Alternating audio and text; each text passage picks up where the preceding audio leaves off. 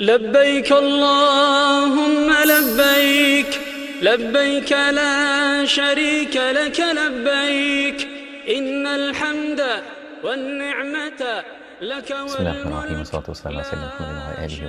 Welcome to another episode of this wonderful series, and today we want to talk about something very interesting as well, and that is متابعة الرسول صلى الله عليه وسلم, which means following in the footsteps of the Prophet عليه الصلاة والسلام. In a very interesting hadith, the Prophet ﷺ talks about the rituals of Hajj. He says, خُذُوا عَنِّي مَنَاسِكَكُمْ, which means follow in my footsteps when it comes to your rituals of worship.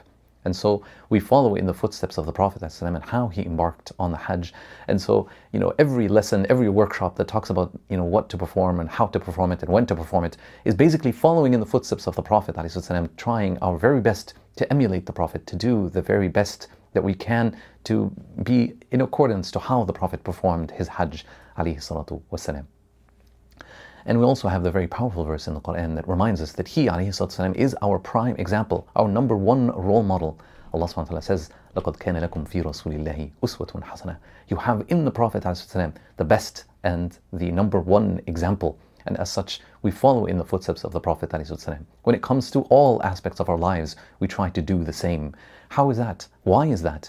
Well, the Prophet is described ﷺ by Aisha radiallahu anha. She says about him, كَانَ قُرْآنًا يَمْشِي عَلَى الْأَرْضِ. He was a walking manifestation of the Qur'an. So if you want to ask ourselves the question, how can I embody the Qur'an in my life? How can I adopt it in my life and be amongst the people of the Qur'an and the people that are obeying and walking in the footsteps of the righteous? Well, the most righteous of the righteous is the Prophet ﷺ. By studying the seerah of the Prophet ﷺ, by reflecting on his life, then we do what? We learn from it and we adopt it and we understand how to emulate him and adopt it and adopt the commandments of Allah subhanahu wa ta'ala.